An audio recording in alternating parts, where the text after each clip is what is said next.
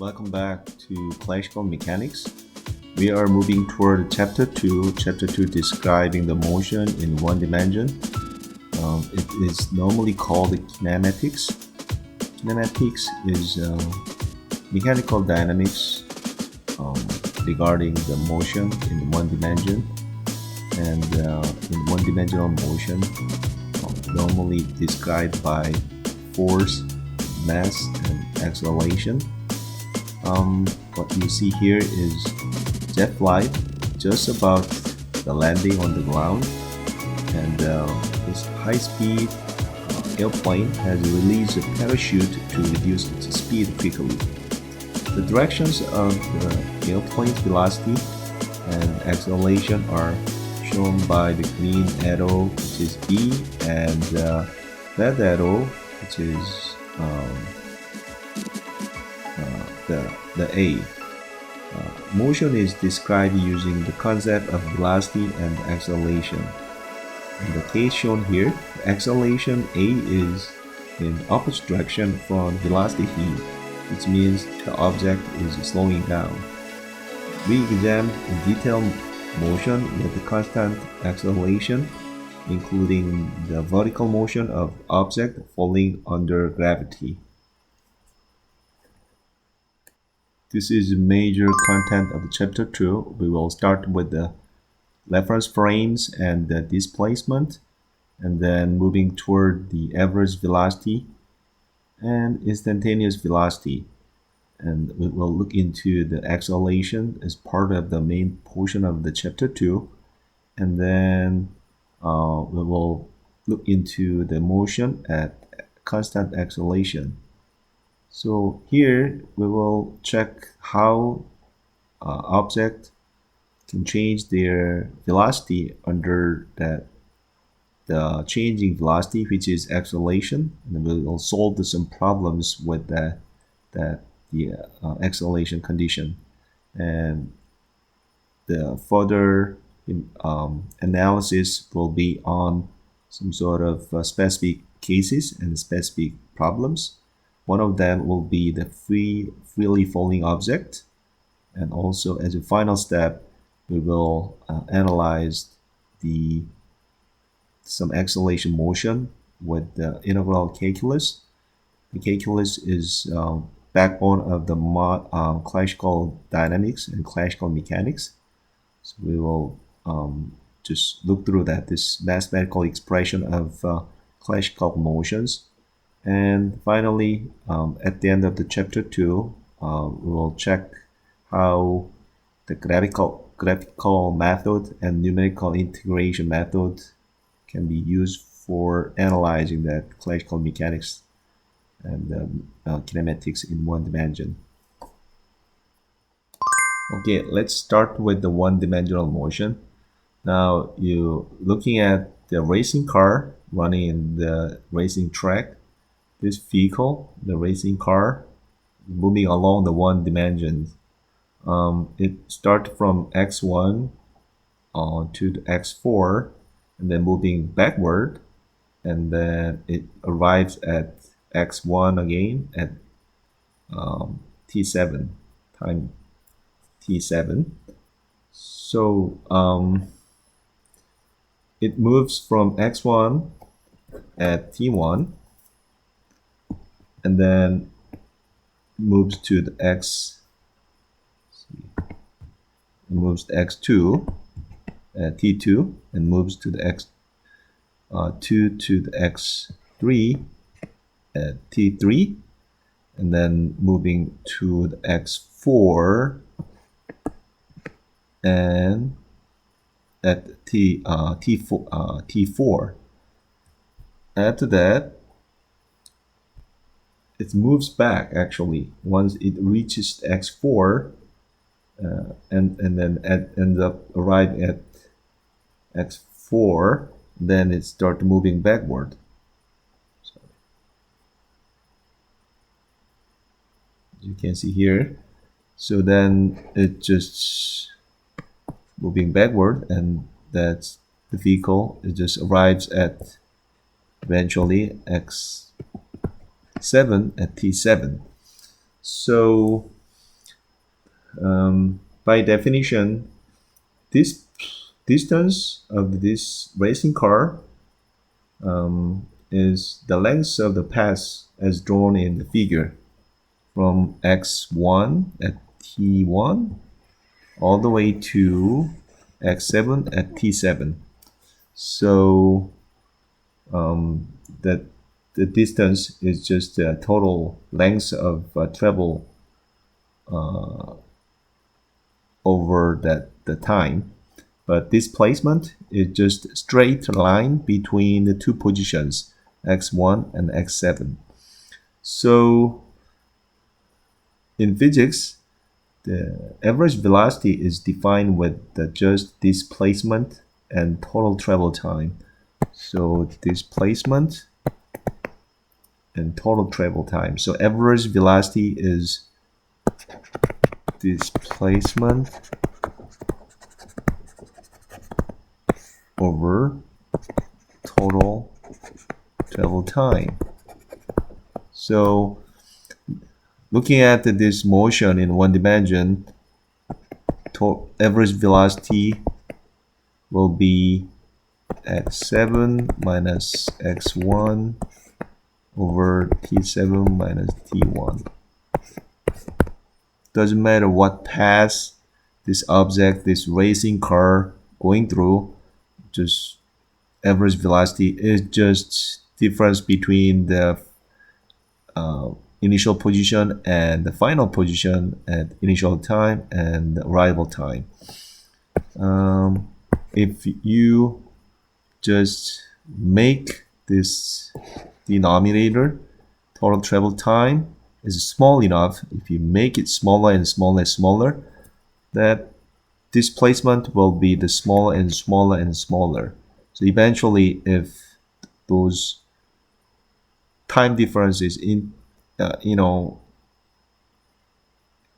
just infinitely small, then it becomes instantaneous velocity.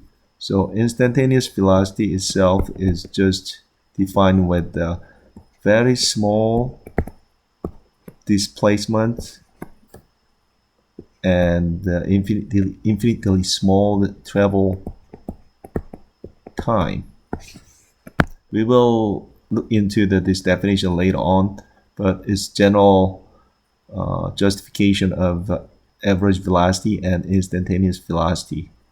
So we will just go through this definition with a few problems. Let's take a look at the first example.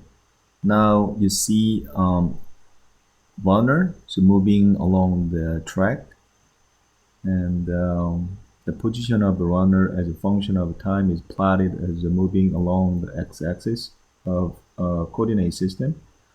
During a 4-second time interval, the learner's position changes from 50 meter to 30 meter as shown in the picture. Then what was the learner's average velocity?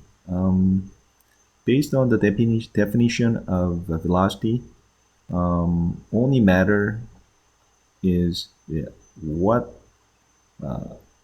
which initial position and the final position is taken by the moving object during the time interval. So as I already show you before, the definition of the velocity is given by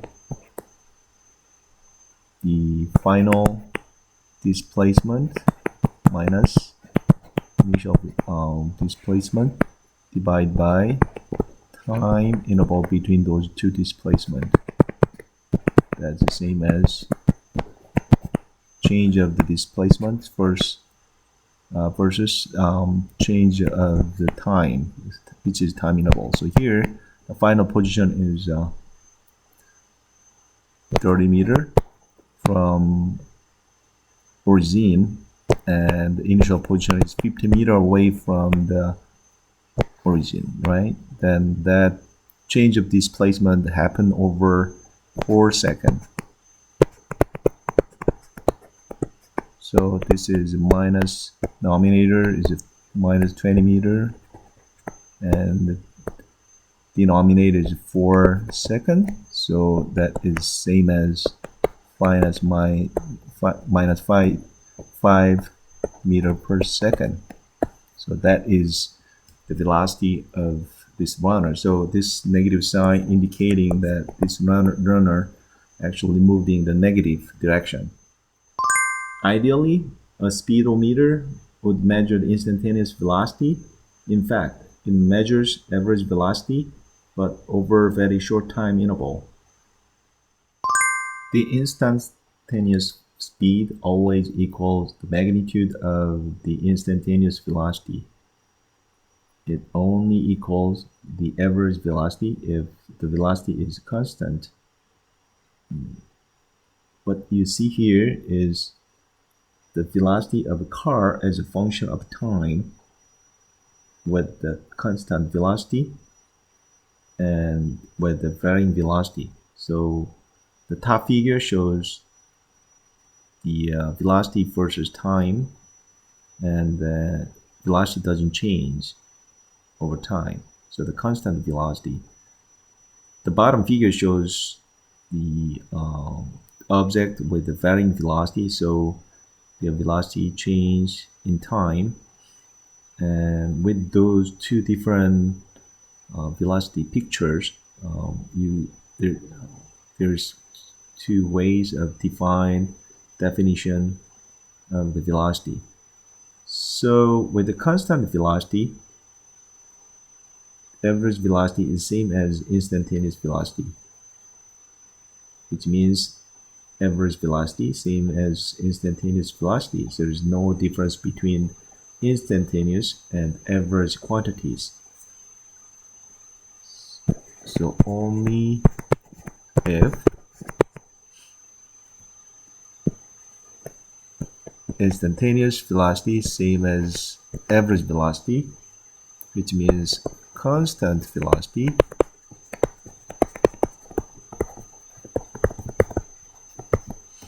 then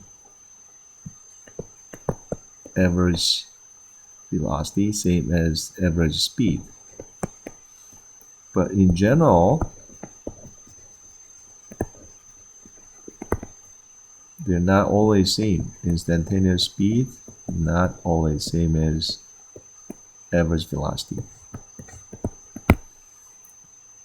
So you can easily understand the difference between those two cases by comparing that this constant velocity case and the varying velocity case. So average velocity is not the same as instantaneous velocity and instantaneous speed. This is the second example of instantaneous velocity problem. Now, jet engine moves along an experimental track, which we call the x-axis, as shown in the picture. We will treat the engine as if it were the particle. Its position as a function of time is given by the equation x equal a times t squared plus b. So it's a times t squared b, where a equals 2.1 meter per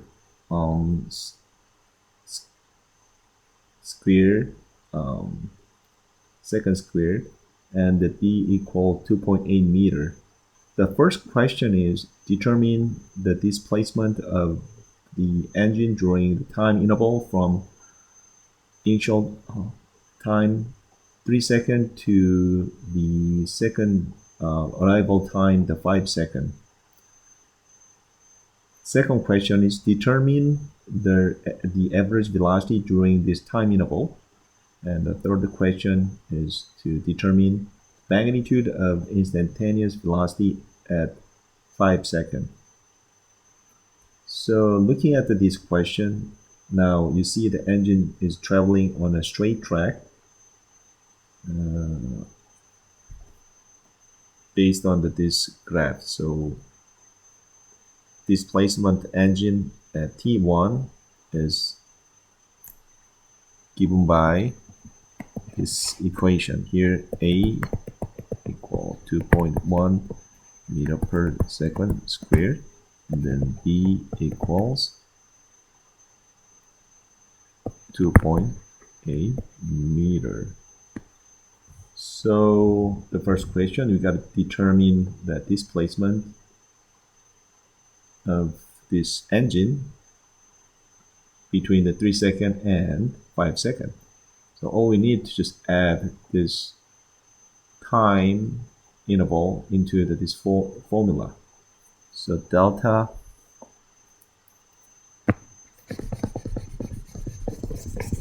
so remove this, delete this equation here.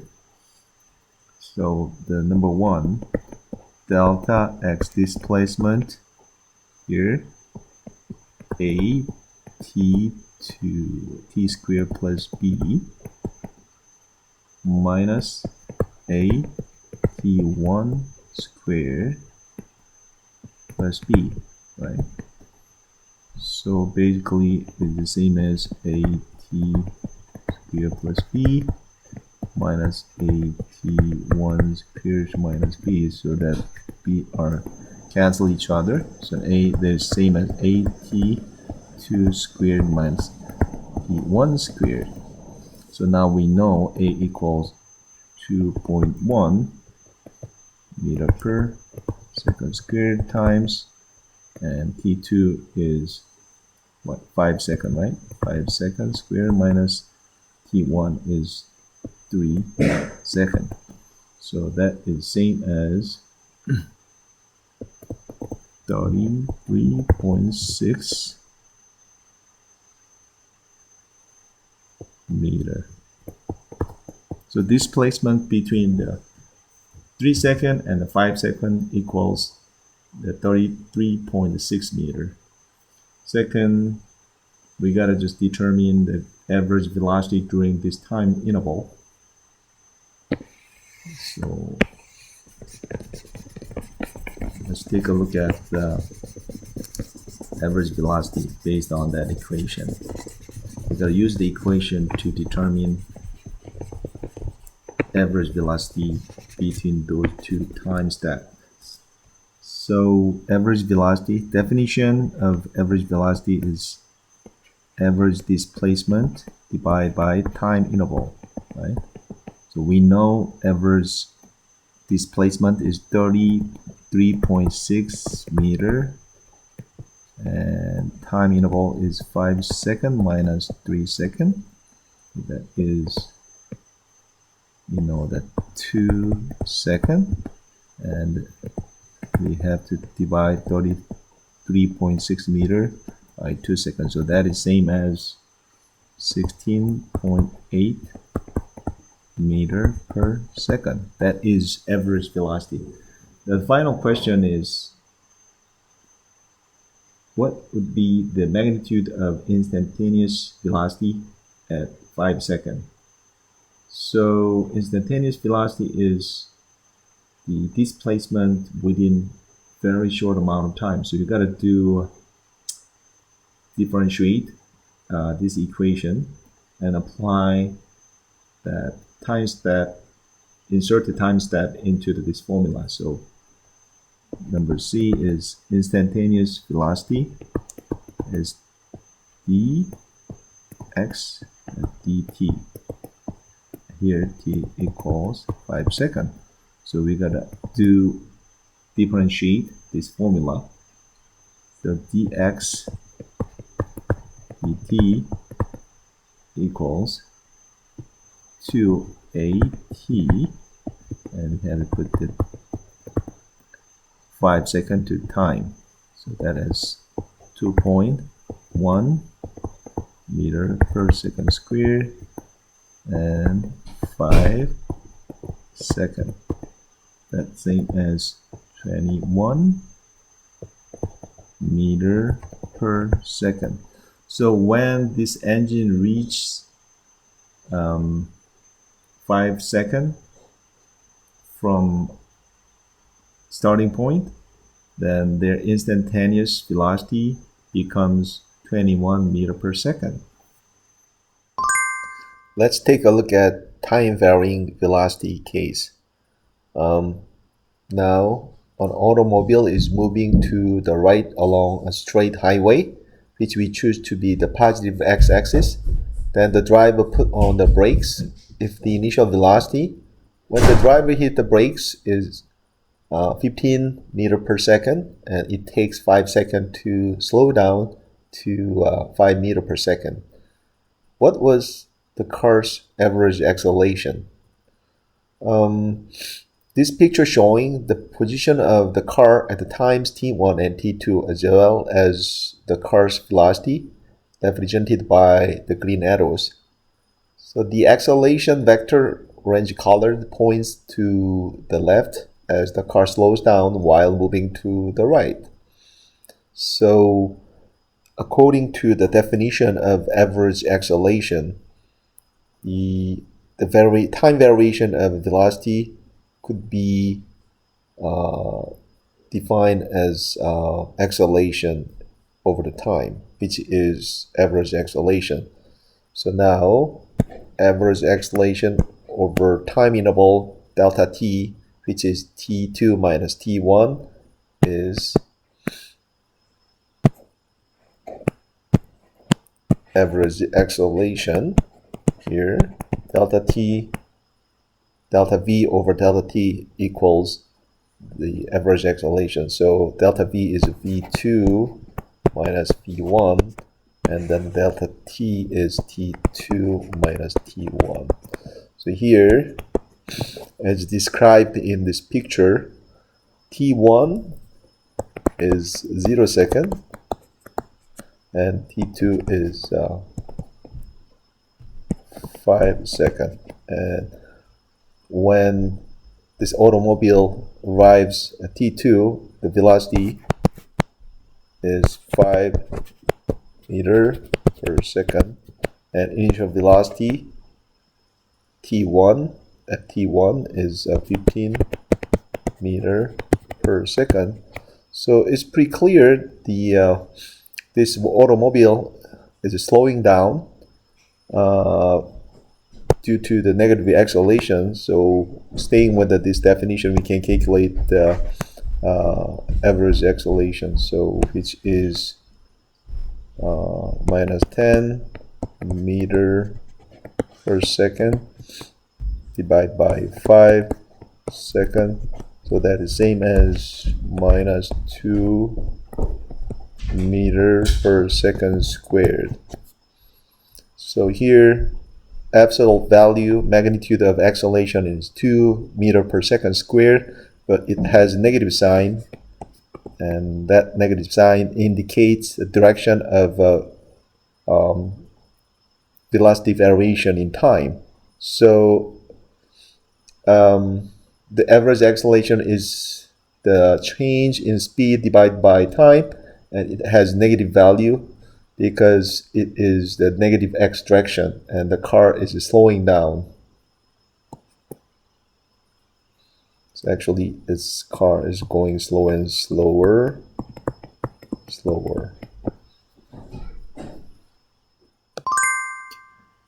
This is a second example of time varying acceleration, time varying velocity problem. So now the particle is moving in a straight line. So its position is given by the relation x equal 2.1 meter per second t squared plus 2.8 meter. So the first question is calculate what is the its average acceleration during the time interval from 3 second to the 5 second. And second question is what is its instantaneous acceleration as a function of time. So basically, given that displacement relations already provided, then you can easily actually derive the formula of instantaneous velocity and instantaneous acceleration by definition. So usually standard form of displacement is given by this equation, and instantaneous velocity is first derivative of this displacement. So instantaneous velocity is d over dx over dt. And instantaneous acceleration, same as the instantaneous velocity, is just first derivative of velocity in time. So if you replace velocity with the displacement, then there should be second derivative of displacement.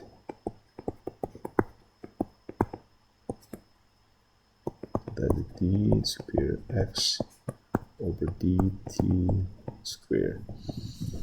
So now in this particle, the displacement is varying in time with this given formula. So here, if you plot this displacement in time, that should be, is already here given as a t and x, and this hyperbolically change in time. So it should be like this.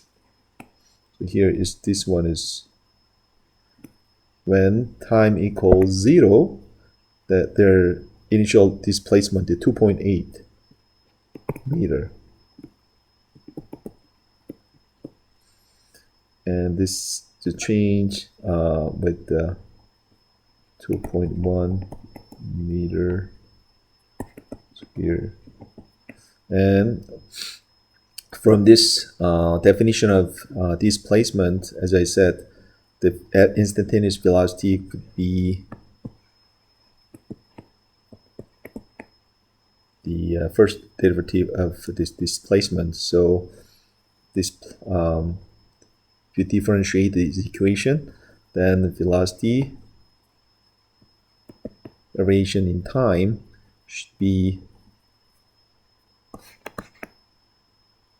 2.1 times 2t, and constant, this one is just deleted, is removed from the equation, right? So it should be 4.2 times t. Oops. So that actually velocity varying time linearly. This, right? So that is this log of this instantaneous velocity is 4.2. So then the instantaneous velocity, exhalation, is also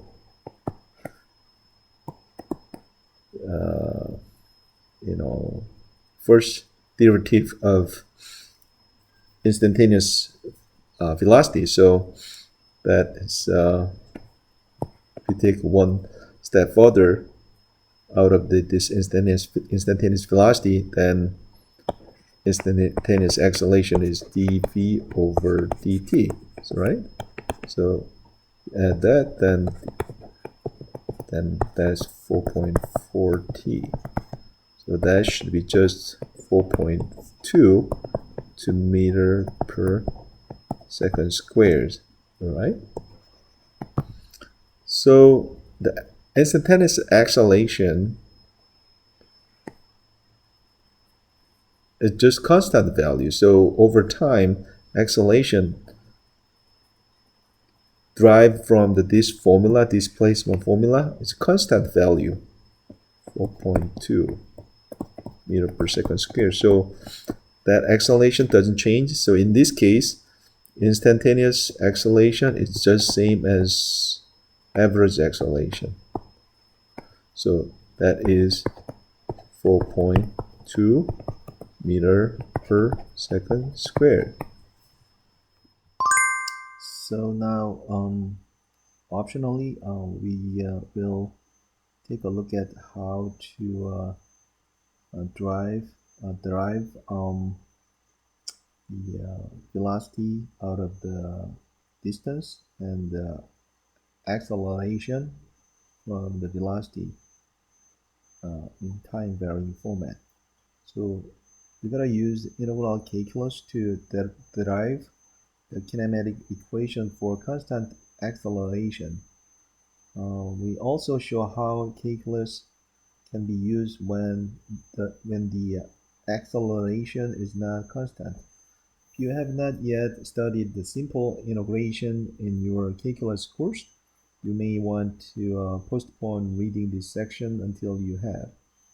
We discuss integration in more detail later on, where you begin to use it in the physics.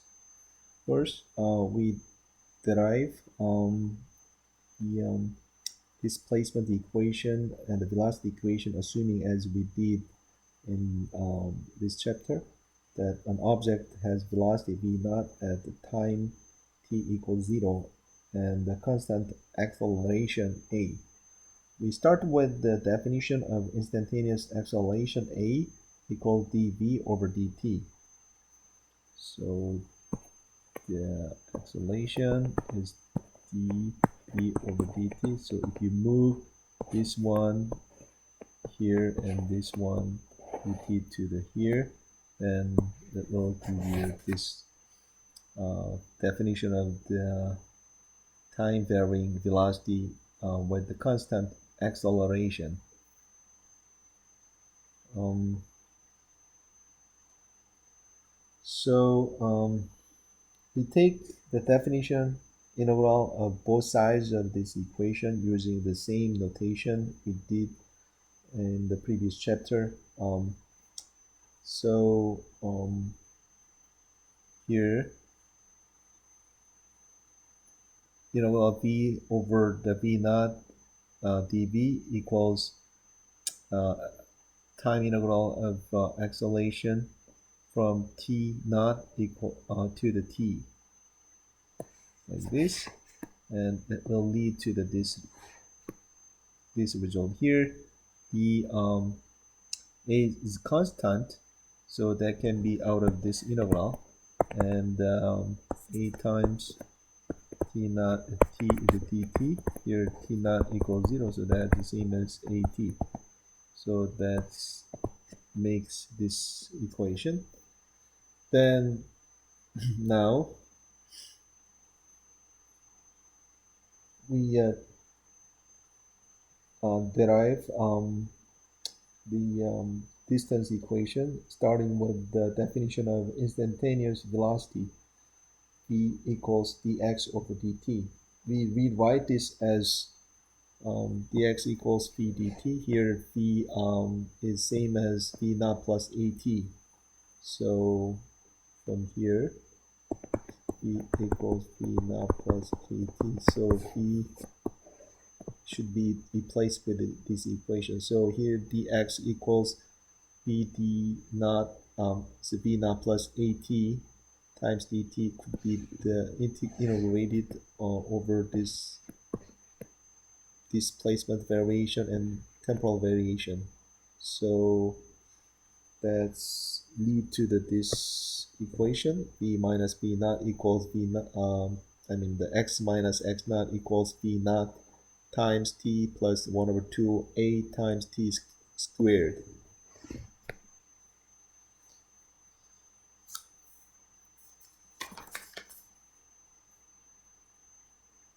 Since so here the v naught and a naught are constant, so this result in x equals x naught plus v naught t plus 1 over 2 a t squared. This is the standard displacement or distance form with the constant velocity and the constant acceleration. Here we're going to find the relation between acceleration, velocity, and displacement by using the differentiation and integration. assuming the acceleration is constant value by applying the integration and differentiation to this constant acceleration, you can get the velocity in time dependence and displacement too. So let's take a look at the velocity and the displacement first out of constant acceleration. As you can see, this is standard formula of integral. Here, integral of t over n dt, it becomes 1 over n plus 1 times t over n plus 1. So here, if the acceleration is constant value, then we want to know the velocity over time interval t. So initial velocity is v naught and final velocity v, and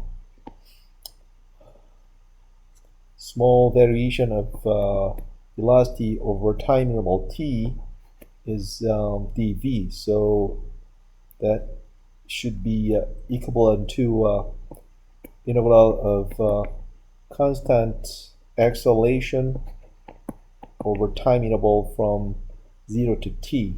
So basically, this one here, the inside of the integral is constant value here.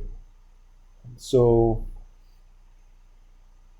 for the integration, that the t should be 1 and n is 0. So that is v minus v naught. Right hand side is same like left hand side. Here a is a constant value, so that can be out of this integral. So a times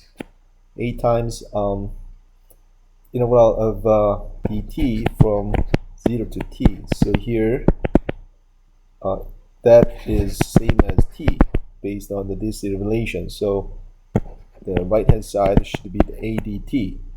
So if we move the a naught to the right hand side, the velocity should be given by this. And also this time dependent velocity can be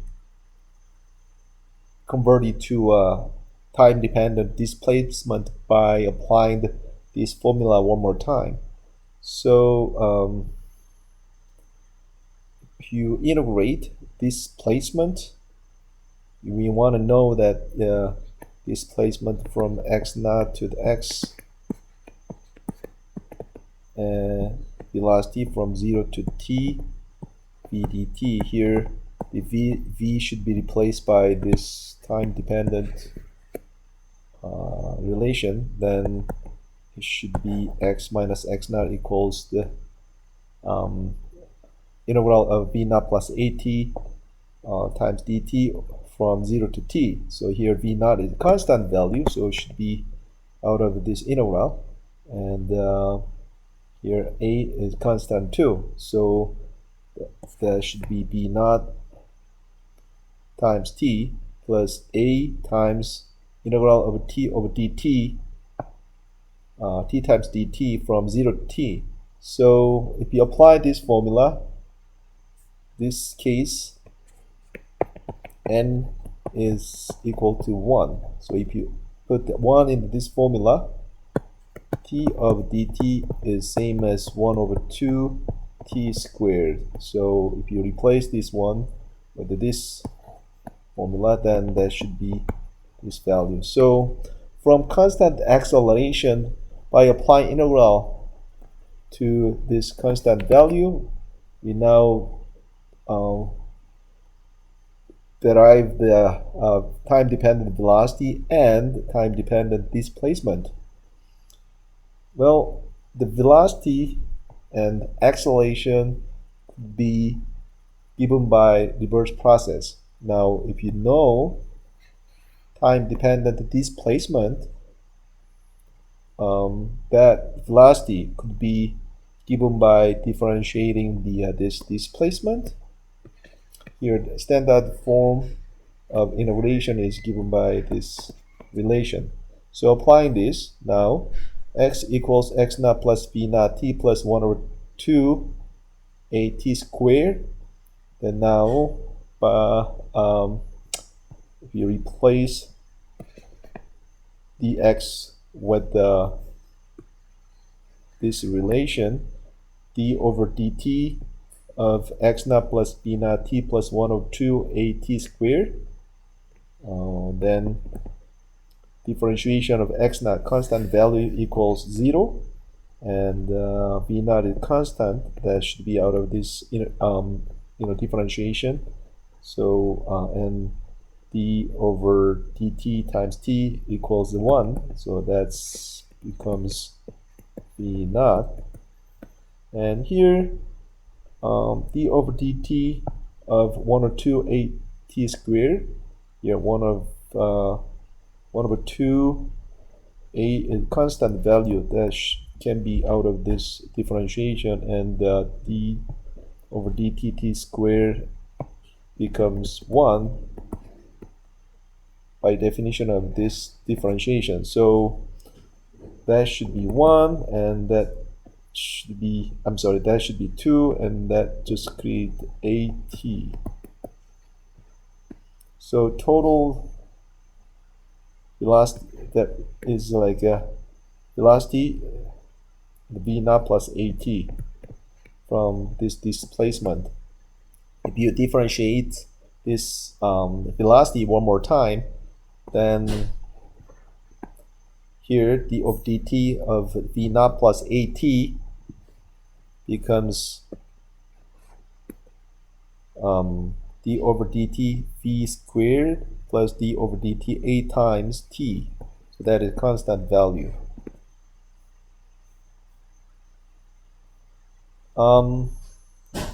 So if you plot this relation in temporal time graph, usually as you can see, displacement is parabolic curve in time, and differentiation of this parabolic curve is a linear curve in time, which is a velocity. So slope of this linear curve is acceleration, which is constant value. So if you plot this acceleration in time, then this should be constant value over the time. So reverse processing, usually area of this constant acceleration in time is velocity. So as you can see, that should be same as this line, right? So as time increases, the area becomes bigger and bigger and bigger.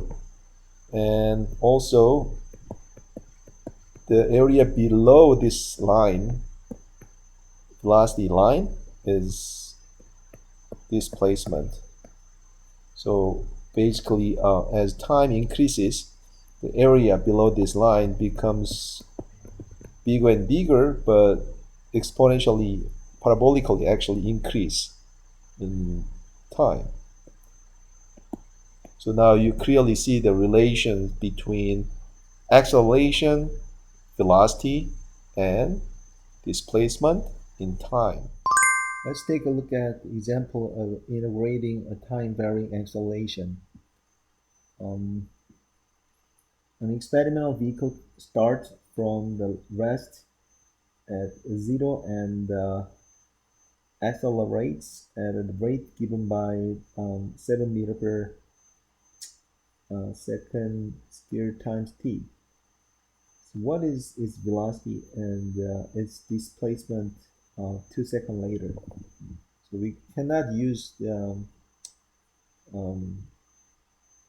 the equation with the constant acceleration because a is not constant. We integrate on the acceleration a equals dv over dt over time to find the v as a function of time, and then integrate v equals dx over dt to get the displacement. So from the definition of acceleration, a equals dv over dt. We have now dv equals a times dt. Here, if you integrate both sides of this equation, then that should be integral of dv is integral of a times dt from 0 to t. Here is d here like this. So the v is integral of 7 meter per second cubic second times t times dt. So this one is 7 meter per cubic second times t squared over t, I mean the 2 from 0 to t. So that is 7 meter per cubic second t squared over 2 minus 0. So that's 3.5 meter per second, cubic second times t squared. So at t equal 2 seconds, the velocity is 3.5 meter per cubic second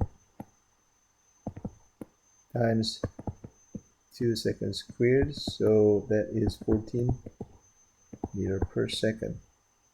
So second question, we want find out its displacement after 2 seconds.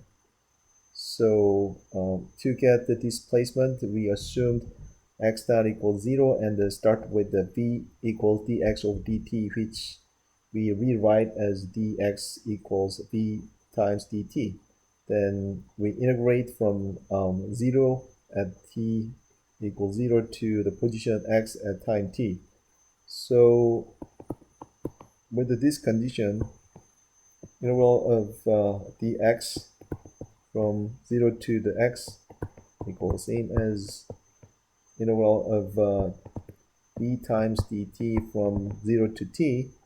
So from here, x displacement is integral of 3.5 meter cubic second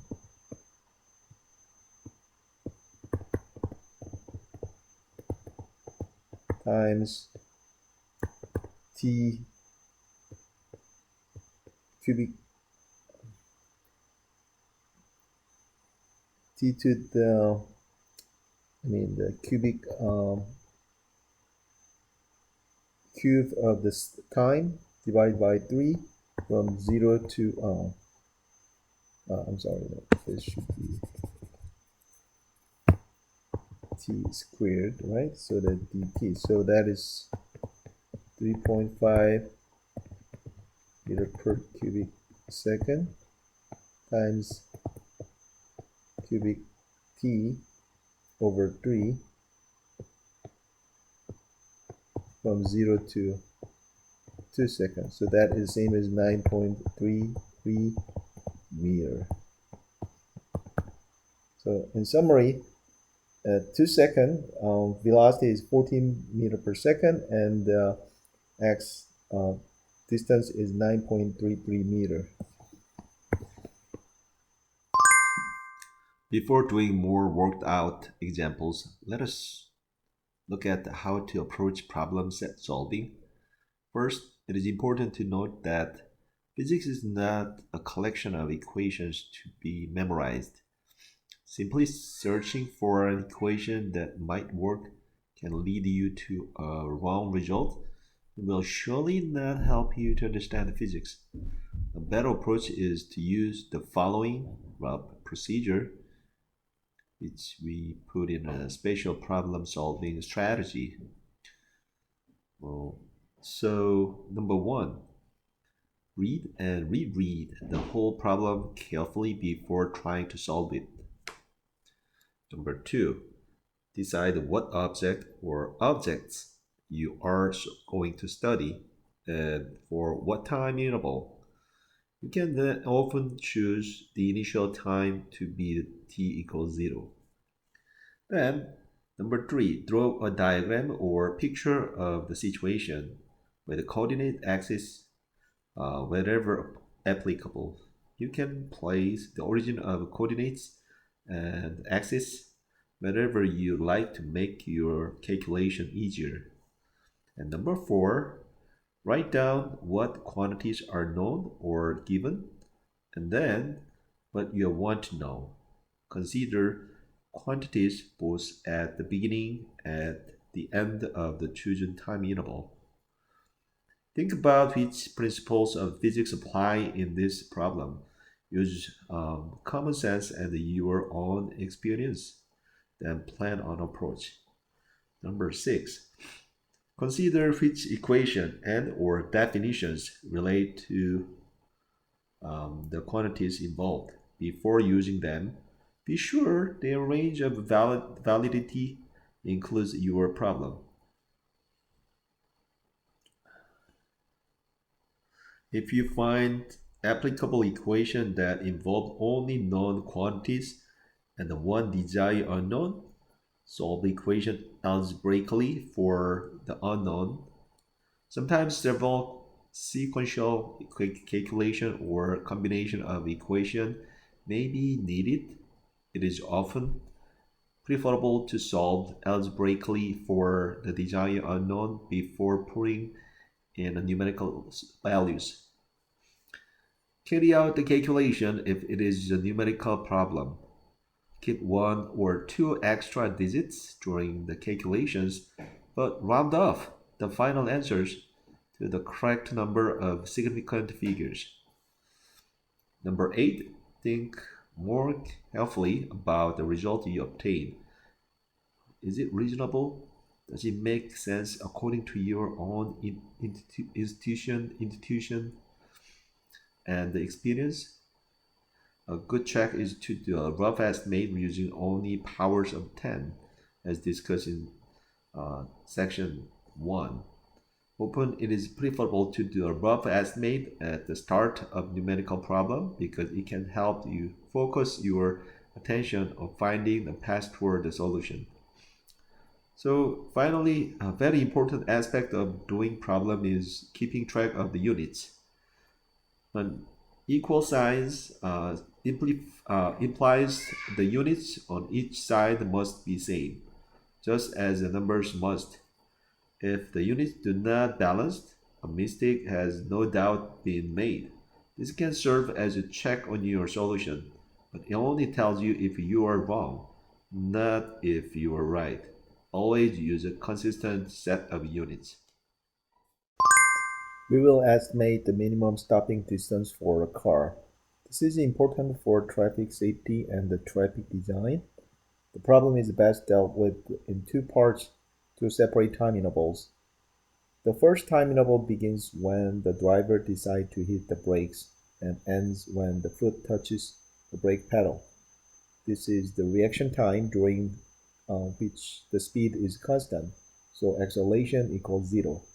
The second time interval is the actual braking period when the vehicle slows down and comes to a stop. The stopping distance depends on the reaction time of the driver, the initial speed of the car, and acceleration of the car. For dry road and good tires and good brakes can decelerate a car at a rate of about the 5 meter per second square to 8 meter per second square. So now let's calculate the total stopping distance for an initial velocity of 50 kilometer per hour or 14 meter per second, and assume the acceleration of the car is minus 6 meter per second square. Here the minus sign appears because the velocity is taken to be in the positive x direction and its magnitude is decreasing. So reaction time for normal drivers varies from perhaps 0.3 second to about 1 second. Take it to be the 0.5 second in this problem. So as we already discussed previously, in order to solve the moving object in one dimension, we have to sort out the known quantities and unknown quantities. So using the known quantity, you should be able to solve unknown quantity. Here, in the first part, known quantities are first, reaction time, t equal 0.5 second, and the initial velocity, v naught, equals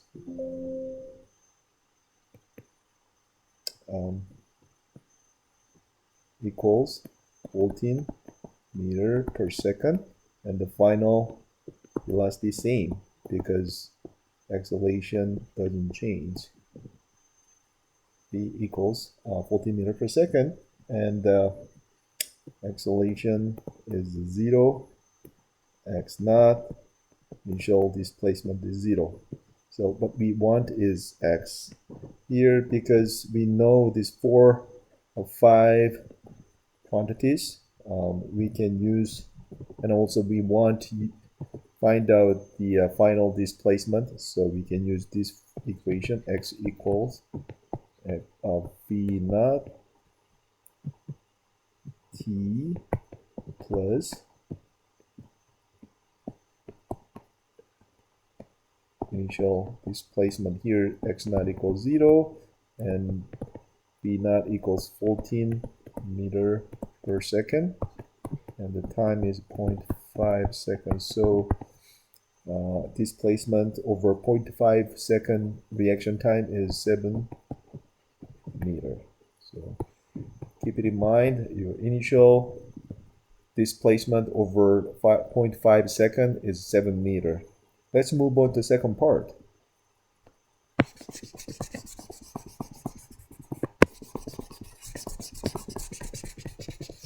So in second part,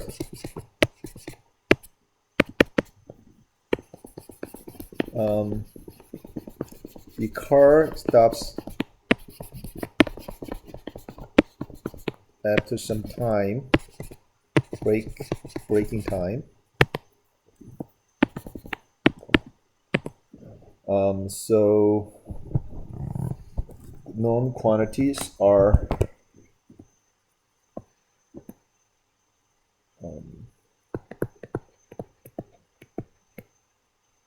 x naught initial displacement 7 meter, and the v naught initial velocity is 14 meter per second, and the final velocity v equals 0 because eventually the car slows down and stops at some time being. And so here exhalation is minus 6 meter per second squared. So what we want to find out is displacement over this braking time. So here the equation we can use with these known quantities are x equals x naught plus v squared minus v naught squared over 2a. So here x naught is 7 meter and the v naught is 40 meter per second. V equals 0 and x equals minus 6. If you put all the parameters, all the numbers into this formula, then x should be 7 plus 16, so it should be 23 meter. So the car traveled 7 meter while the driver was reacting, and another 16 meter during the braking period before coming to a stop. For the motion of this vehicle can be more clearly understandable with the time varying graph on their displacement and velocity. So let's take a look at the displacement and the graph in terms of their time variations. So if you plot this equation at the first part and the second part over the reaction time and the braking time, here this is t, x-axis is t, and the y-axis velocity. So over 0.5 second of initial reaction time, there's no change of the velocity. So their velocity is pretty much constant. Initial 0.5 second. So that is 14 meters per second. And after 0.5 second, the velocity of this vehicle gradually reduced. And the car, it just slows down to the end of the motion. So eventually car comes to a stop. So after 2 point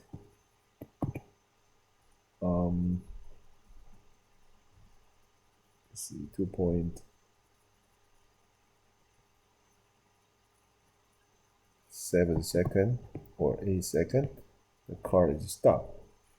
So that it's showing that how the velocity varying over time. So based on the definition of the velocity, if you integrate this area of this velocity, that should be actually total displacement or total distance. So if you plot this total distance in time, still x-axis is time, and y-axis is displacement, then you will see that distance varies over time. It's like this. So here, first 0.5 second, displacement increased constantly, linearly. So up to 7 meter, but after 0.5 second, as the velocity is gradually just decrease, the total displacement, this distance is getting smaller and smaller and smaller, and eventually it's 2.7 second. That's reached to the total distance 23 meter. So by using these two temporal graphs of this moving car, this motion, the motion can be more easily understandable. One of the most common examples of a uniformly accelerated motion is that of an object allowed to fall freely near the Earth's surface. That a falling object is accelerating may not be obvious at first, and beware of the thinking as was widely believed before the time of Galileo, that heavier objects fall faster than the lighter objects, and that the speed of the fall is proportional to how heavy the object is. Galileo made use of his new technique of imagining what would happen in idealized or simplified cases.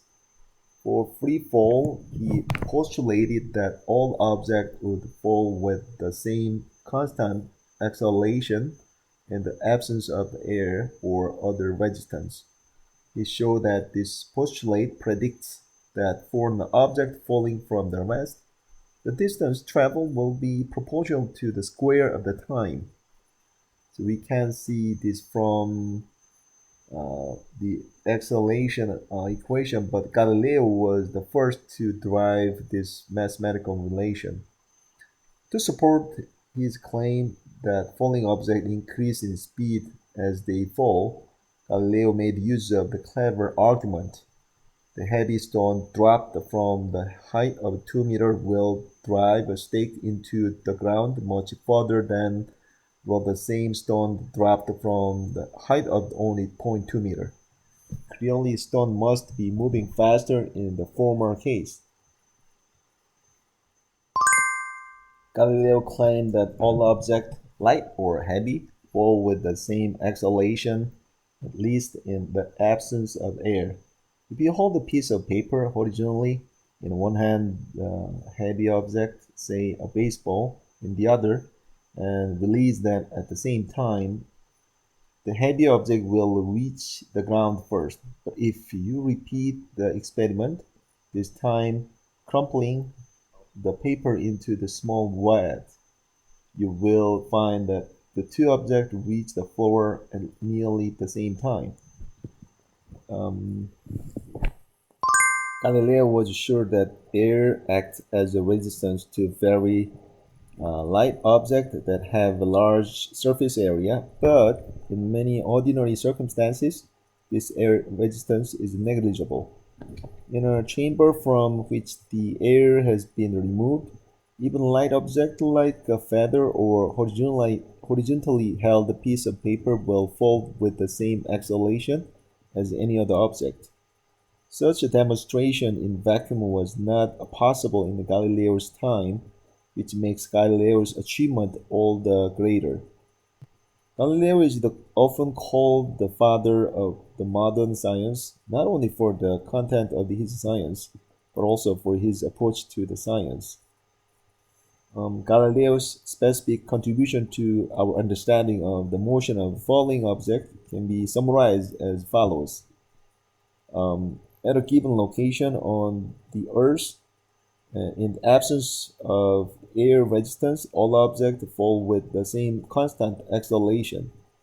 We call this acceleration the acceleration due to the gravity on the surface of the Earth. We give it the symbol g.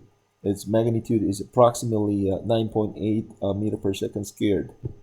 In British unit, a g is about 32 feet per second squared. Actually, g varies slightly according to the latitude and the elevation, but these variations are so small that we will ignore them for most cases. The effect of air resistance are often small and we will neglect them for the most part. However, air resistance will be noticeable even on the reasonably heavy object if the velocity becomes large. Acceleration due to gravity is a vector, as is any acceleration, and its direction is downward toward the center of the Earth. Let's solve the problem of moving object under gravitational force. Now we assume that a ball is dropped from a tower 70-meter high. How far will it have fallen after time 1 second, 2 seconds, and 3 seconds? Now we will ignore air resistance. So in order to solve the problem, we have to first set up the y as a positive downward. So downward in y will be the positive, and upward will be the minus or negative. So the acceleration, um, you know, acceleration is a in under the gravity or gravitational force, which is g is plus 9.8 meter per second squared. And now we set v naught equals 0 and the y naught equals 0. So initial velocity equals 0 and initial displacement also equals 0. We want to find the position y of the ball after 3 different time intervals. So with x replaced by the y, relate the given quantities to the unknown y. So we set t equals t1 1 second. Now y1 equals b naught t1 plus 1 over 2 a t1 squared. Here b naught is 0 and a is g. So after 1 second, this will be the 0 plus 1 over 2 times 9.8 meter per second times 1 second. So it will be 4.9 meter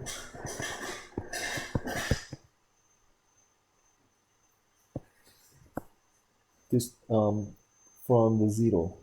The ball has fallen a distance of 4.9 meter during the time interval t0 to the 1 second. Similarly, after 2 seconds, the ball's position is y2 1 or 2 a t2 squared. So that is 1 or 2 times 9.8 times 2 squared. So that is 19.6 meter. And after 3 seconds, y3 will be 1 or 2 9.8 meter per square times 3 squared. So that will be 44.1 meter from y not equals 0.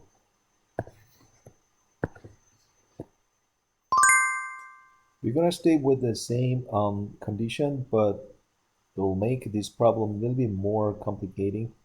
Now let's assume the ball is thrown downwards with an initial velocity of 3 meter per second instead of being dropped.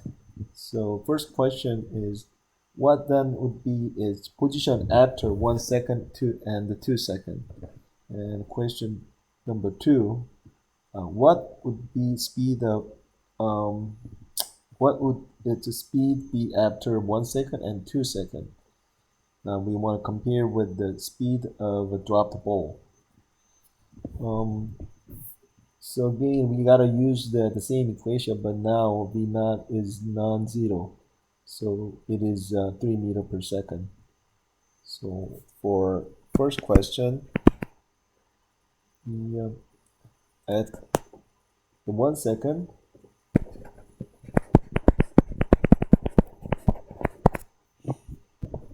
the position of the ball is given by the same equation we used before.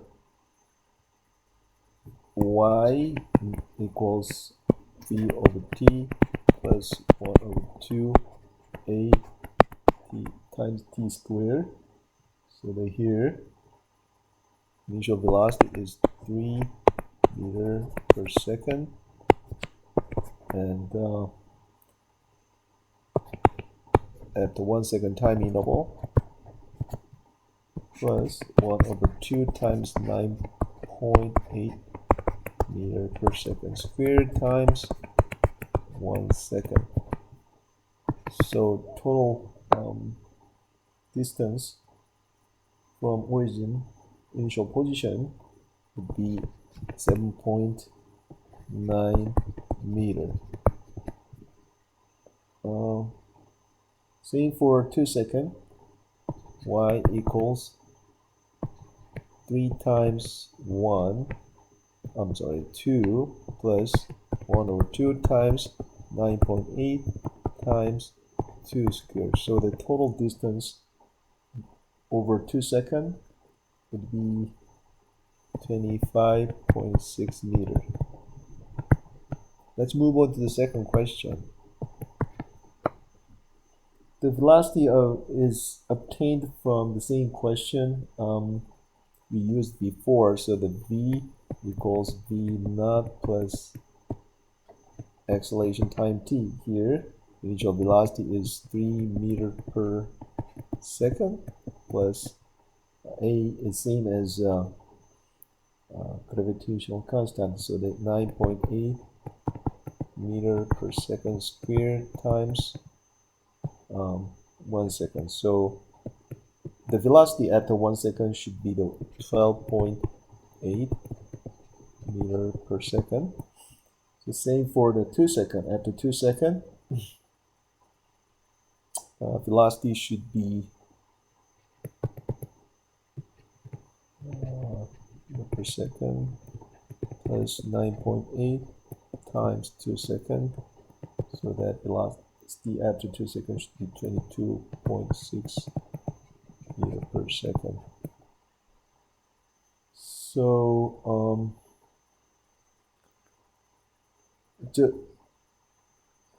comparing that the case with just to drop the ball, the velocity after 1 and 2 seconds is actually much higher with the initial velocity. So just drop the ball case, the velocity for 1 second is 0.8 times t, so that is 9.8 times 1 second. So the velocity after 1 second should be 9.8 meter per second. For 2 second case, that would be 9.8 times 2, that should be 19.6 meter per second. So if you compare this number with this one, you will see that about 30% of the velocity is increased, and after 2 seconds, velocity increased by about 3 meter per second. A person throws a ball upward into the air with an initial velocity of 15 meter per second. Now we want to calculate how high it goes and how long the ball is in the air before it comes back to the hand. We still want to ignore the air resistance. So in order to solve this problem, we are not concerned here with the throwing the action, but only with the motion of the ball after it leaves the thrower's hand and until it comes back to the hand again. Now let us choose y to be positive into the upward direction and the negative in the downward direction. This is different convention from that used in the ball the ball dropped in the tower. And so we got to illustrate in our proper option. So here acceleration due to the gravity is downward, and so we'll have a negative sign. A now here is minus g, which is minus 9.8 meter per second squared. As the ball rises, its speed decreases until it reaches the highest point. Here, actually, the B, where its speed is 0 for an instant, when then it actually descends with the increasing speed. So let's just solve this problem. For first question, we consider the time interval from when the ball leaves the thrower's hand until the ball reaches the highest point. So to determine the maximum height, we calculate the position of the ball when its velocity equals 0. At time t equals 0, position A, we have y naught equals 0 and v naught equals 15 meter per second, and the A, which is G, equals minus 9.8 meter per second squared. At the time t maximum height, V should be the 0, and still acceleration is minus 9.8 meter per second squared. Now we wish to find the y, displacement or distance. So we use distance equations, replacing the y with the x here. So for A, v squared should be same as v naught squared initial velocity plus 2ay. Here, if you move the y to the left hand side, then y equals v squared minus v naught squared over 2a.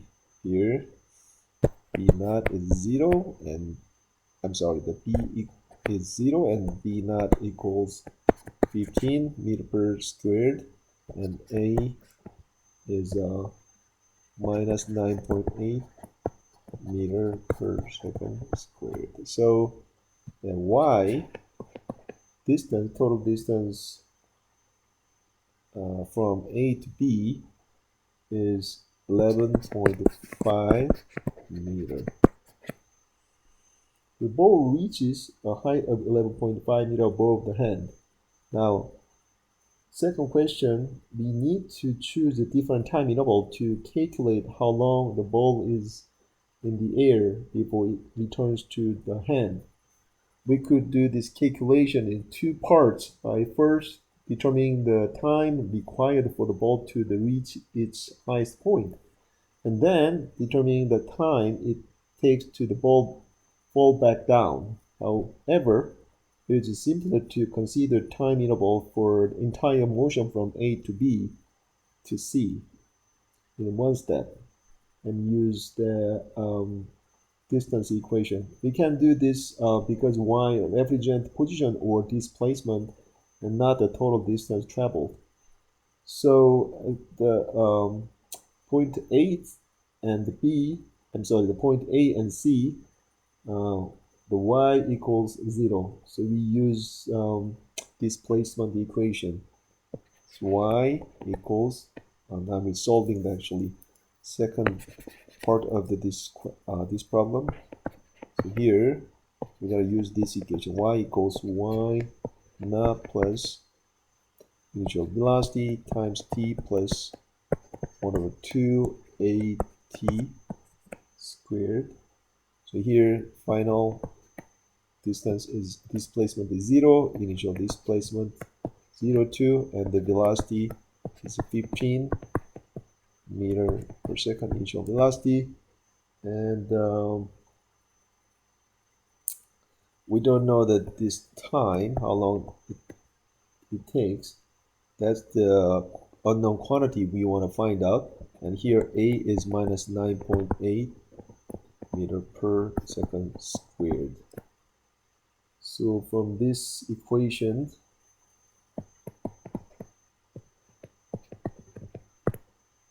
it should be 15.0 meter per second squared, meter per second minus 4.9 meter per second squared times t equals 0. So here total time t of the ball moving from position A to C is either 0 or 15 meter per second over 4.9 meter per second squared, which is 3.06 second. Obviously, 0 is meaningless, so this one is total travel time from point A, which the ball actually leaves from thrower's hand, and C, which is the ball actually returns to thrower's hands. So the fourth solution T0 is correspond to the initial position A, and when the ball was first thrown from the y equals 0, the second solution t equals 3.06 second correspond to the point C when the ball has returned to the y equals 0. So the ball is in the air for 3.06 seconds. We will solve the same problem, but we will just twist this a little bit with a different condition. So now ball is thrown upward, and that motion will be based on the quadratic formula. So for the ball in the same condition, same setup we had before, we're gonna calculate at the time t when the ball actually passes a point a meter above the person's hand. So we have to choose the time interval from the throw, which is initial time t0 and the velocity, initial velocity of 15 meter per second until the time t when the ball is at position y equals 8 meter, using the same equation we used before. So we want to find the t right now. The t time is unknown quantity which we have to find out, and given y equals 8 meter and the y naught is 0 and the initial velocity is 15 meter per second. So, and here also a acceleration is minus 9.8 meter per second. So given the condition, y equals y naught plus b naught times t plus 1 over 2 at squared. So here y is same as 8 meter, y naught is 0, and v naught is 15 meter per second, and here a is g, which is minus 9.8 meter per second squared. So from this equation, we have to use a quadratic formula. Given the equation in the quadratic form like this, its solution is given by this: t equals minus b plus minus square root of b squared minus 4ac over 2a. So if you apply this relationship to this formula, this time interval equation, then time t must be 15 meter per second plus minus square root of 15 meter per second squared minus 4 times 4.9 meter per second squared times a meter over 2 times 4.9 meter per second squared. So from this equation, time t, there are two numbers coming from this formula, these equations. So that is 0.69 second and 2.37 seconds. Are both solutions valid? Yes, because the ball passes y equals 8 meter when it goes up to 0.69 second, and again um, when it comes down, which is t equals 2.37 second. So it is more understandable if you take a look at this graph. When it goes up, then that's if you look at um, this picture, if you assume that a ball moving upward and downward, and this one is 8 meter, ball it just ball pass through when the time t1 equals 0.69 second, and after that it reaches point B and then comes back to 8 meter away from the origin at t equals 2.37 second. So it is pretty valid, and then it's reasonable. It makes sense actually. T should be two different numbers when balls actually pass through the 8 meter away from the hand, thrower's hand. If we are given the velocity v of an object as a function of time t, we can obtain the displacement x. Suppose the velocity as a function of time vt is given as a graph rather than as an equation that could be integrated as discussed in somewhere else, as shown in the figure, this figure. If we are interested in the time interval from t1 to the t2,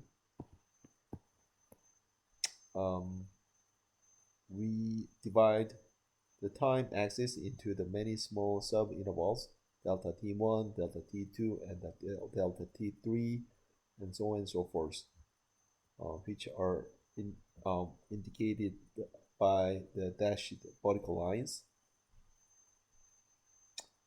For each sub-interval, horizontal dashed line is drawn to indicate the average velocity during that time interval.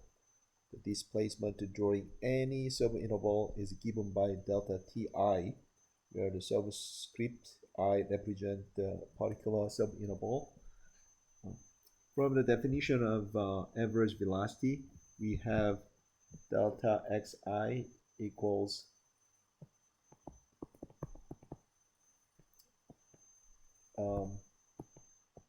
vi times delta ti. Therefore, the displacement during each sub-interval equals the product of vi bar and the delta ti, and equals the area of the dark rectangle in this figure for that sub-interval. So the total displacement between the times t1 and t2 is the sum of the displacements over all the sub-intervals. So therefore, x2 minus x1 is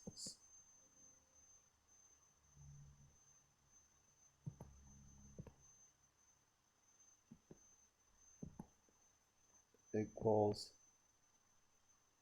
summation of t1 from to t2 vi r times delta ti,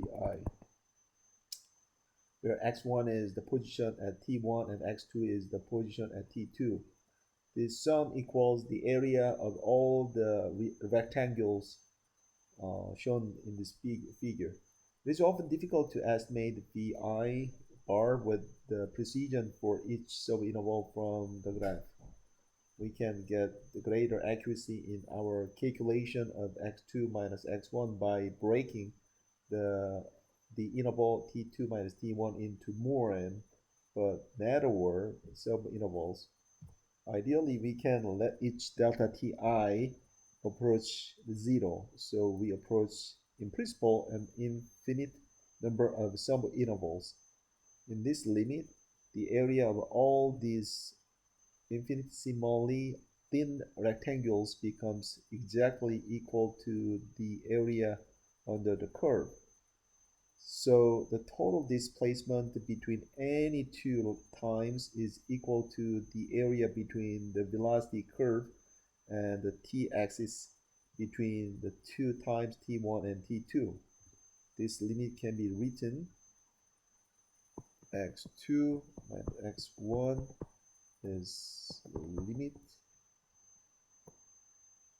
delta t becomes 0 and t1 summation of vi bar times delta ti from t1 to the t2, or using standard calculus notation, this becomes t1 integral of vt from t1 to the t2. So we have let delta t converge to 0 and rename it dt to indicate that it is now infinitesimally small.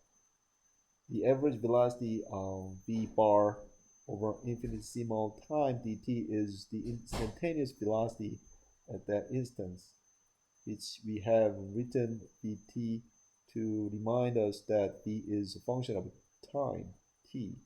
The symbol integral is an elongated s and indicates a sum over an infinite number of infinitesimal subintervals. We say that we are taking the integral of vt over dt from t1 to the t2, and this is equal to the area between the vt curve and the t-axis between t1 and t2.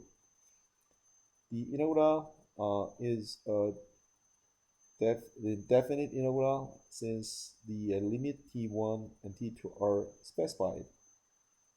So similarly, we now know the acceleration as a function of time. We can obtain the velocity by the same process. We use the definition of average acceleration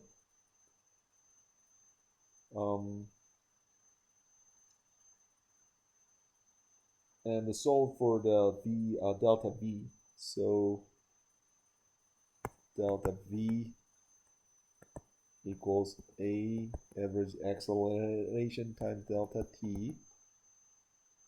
If a is known as a function of time t over some time interval t1 to t2, we can subdivide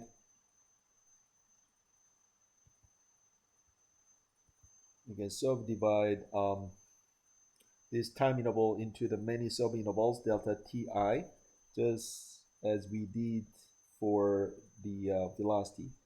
The change in the velocity during each subinterval is delta vi. This equals ai bar times delta ti. The total change in the velocity from t1 until t2 is t2 minus t1 equals summation of ai bar times delta ti from ti to the t2, t1 from t1 to the t2. So where v2 represents the velocity at t2 and v1 the velocity at t1. This relation can be written as integral by letting delta t converge to 0.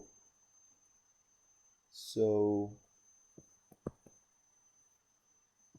that's limit delta t 0. Here v summation v ai bar delta ti from t1 to t2. So that is actually same as integral a e t1 to t2. Same as v2 minus v1. So this equation will allow us to determine the velocity v2 at time t if the velocity is known at t1 and a is known as function of time. So if the acceleration or velocity is known at discrete intervals of time, we can use the summation forms of above equations to estimate velocity or displacement. This technique is known as numerical integration. We now take some example to understand how this numerical method works.